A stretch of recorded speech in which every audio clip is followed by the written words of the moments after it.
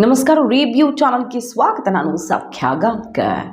ದಿಂಗಾಲೇಶ್ವರ ವಿರುದ್ಧ ಖುದ್ದು ಅಖಾಡಕ್ಕಿಳಿದೇ ಬಿಟ್ಟರಲ್ಲ BSY. ಇತ್ತೀಚಿನ ದಿನಗಳಲ್ಲಿ ಒಂದಿಷ್ಟು ಕಾರಣಗಳಿಂದ ಸಿಕ್ಕಾಪಟ್ಟೆ ಗಮನ ಸೆಳೆದಂಥ ಹುಬ್ಬಳ್ಳಿ ಧಾರವಾಡ ಲೋಕಸಭಾ ಕ್ಷೇತ್ರಕ್ಕೆ ಸಂಬಂಧಪಟ್ಟಂತೆ ಒಂದಿಷ್ಟು ಮಹತ್ವದ ಕಾರ್ಯಾಚರಣೆಗಳು ಮಾಹಿತಿ ಮುಂದೆ ಇಡ್ತಾ ಇದ್ದೀವಿ.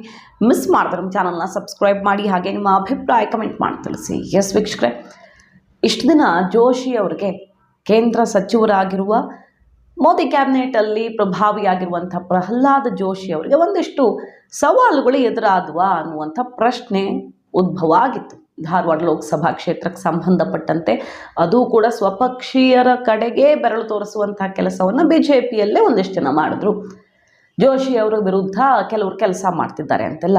ಈಗ ಅದೆಲ್ಲ ಗೊಂದಲಗಳಿಗೆ ತೆರೆ ಎಳೆಯುವಂಥ ಕೆಲಸ ಆಗಿದೆ ಮತ್ತು ದಿಂಗಾಲೇಶ್ವರ ವಿರುದ್ಧ ಯಡಿಯೂರಪ್ಪನವರೇ ಅಖಾಡಕ್ಕಿಳಿದಿರುವುದು ಮಹತ್ವ ಪಡ್ಕೊಳ್ತಾ ಇದೆ. ಪ್ರಹ್ಲಾದ್ ಜೋಶಿ ಅವರು ನಾಮಿನೇಷನ್ ಫೈಲ್ ಮಾಡಿದ್ದಾರೆ. ಇವತ್ತು ಶಕ್ತಿ ಪ್ರದರ್ಶನ ಮಾಡಿ ಲಿಂಗಾಯತ ನಾಯಕರನ್ನ, ಯಾವ ಲಿಂಗಾಯತ ನಾಯಕರು ಜೋಶಿ ಅವರಿಗೆ ವಿರುದ್ಧ ದಿಕ್ಕಿನಲ್ಲಿ ನಿಂತಿದ್ದಾರಾ ಅನ್ನುವ ಪ್ರಶ್ನೆ ಎದ್ದಿತ್ತೋ ಅದು ಸುಳ್ಳು ಅಂತ ಸಾಬೀತು ಮಾಡೋದಕ್ಕೆ ಪ್ರಭಾವಿ ಲಿಂಗಾಯತ ನಾಯಕರನ್ನ ಒಗ್ಗೂಡಿಸಿ ಶಕ್ತಿ ಪ್ರದರ್ಶನ ಮಾಡಿದ್ದಾಗಿದೆ. ಆ ಮೂಲಕ ಜೋಶಿ ಅವರಿಗೆ ಲಿಂಗಾಯತರ ವಿರೋಧ ಇಲ್ಲವೇ ಇಲ್ಲ ಅನ್ನುವಂಥ ಕ್ಲಿಯರ್ ಮೆಸೇಜ್ ಕೊಡುವಂಥ ಪ್ರಯತ್ನ ಹುಬ್ಬಳ್ಳಿ ಧಾರವಾಡ ಲೋಕಸಭಾ ಅಖಾಡದಲ್ಲಿ ನಡೆದಿದೆ.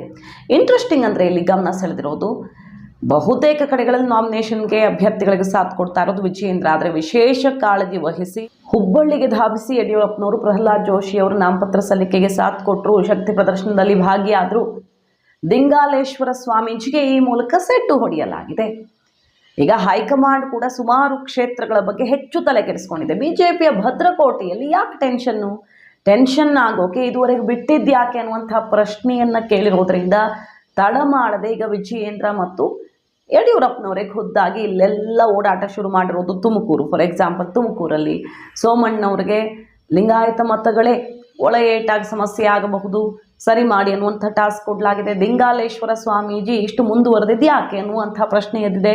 ಚಿತ್ರದುರ್ಗ, ದಾವಣಗೆರೆಗೆ ಸಂಬಂಧಪಟ್ಟಂತೆ ಹೈಕಮಾಂಡ್ ಗಮನಿಸ್ತಾ ಇದೆ. ಅದರಲ್ಲೂ ಪ್ರಹ್ಲಾದ್ ಜೋಶಿ ಅವರ ಕ್ಷೇತ್ರದಲ್ಲಿ RSS ಭದ್ರಕೋಟೆ, BJPಯ ಭದ್ರಕೋಟೆ ಆಗಿರುವಂಥ ಹುಬ್ಬಳ್ಳಿ ಧಾರವಾಡದಲ್ಲಿ ಟೆನ್ಷನ್ ಅಂತ ಕಾಣಿಸೋ ವಾತಾವರಣ ಬರಲೇಬಾರ್ದಿತ್ತು ಅನ್ನುವ ಸಂದೇಶ ಬರ್ತಾ ಇದ್ದ ಹಾಗೆ ಮತ್ತಷ್ಟು ಆಕ್ಟಿವ್ ಆಗಿ ಪ್ರಹ್ಲಾದ್ ಜೋಶಿ ಅವರ ಕೈಯನ್ನು ಬಲಪಡಿಸ್ತಾ ಇರೋದು BSY ಮತ್ತು BYV.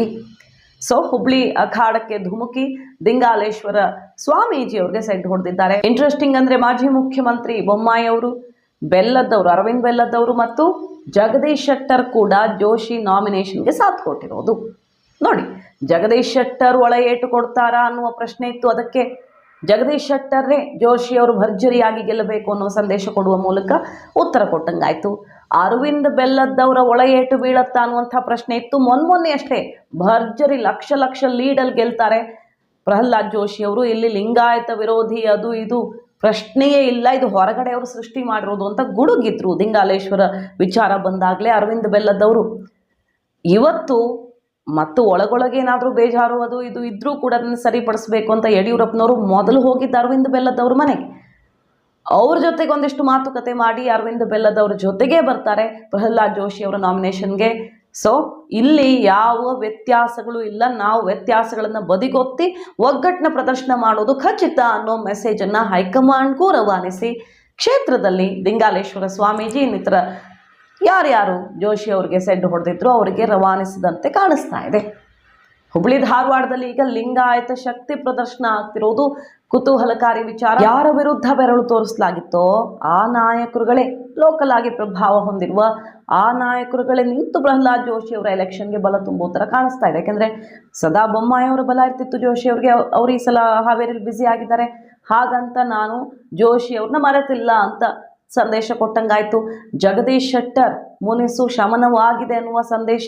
ಬೆಳಗಾವಿಯಲ್ಲಿ ಬ್ಯುಸಿ ಇದ್ದರು, ನಾನು ನನ್ನ ಹುಬ್ಬಳ್ಳಿ ಧಾರವಾಡದಲ್ಲಿ BJPಗೆ ಬಲ ತುಂಬ್ತೀನಿ ಅನ್ನುವಂಥ ಮೆಸೇಜ್. ಅರವಿಂದ್ ಬೆಲ್ಲದವ್ರಿಗೆ ವಿಧಾನಸಭಾ ಚುನಾವಣೆ ಟೈಮ್ನ ಒಂದಿಷ್ಟು ಬೇಜಾರುಗಳಿತ್ತು ಅನ್ನೋ ಮಾತೆಲ್ಲ ಏನು ಚರ್ಚೆ ಆಯಿತು, ಬೇರೆ ಪಕ್ಷಗಳಿಗೆ ಅಸ್ತ್ರ ಆಯಿತು.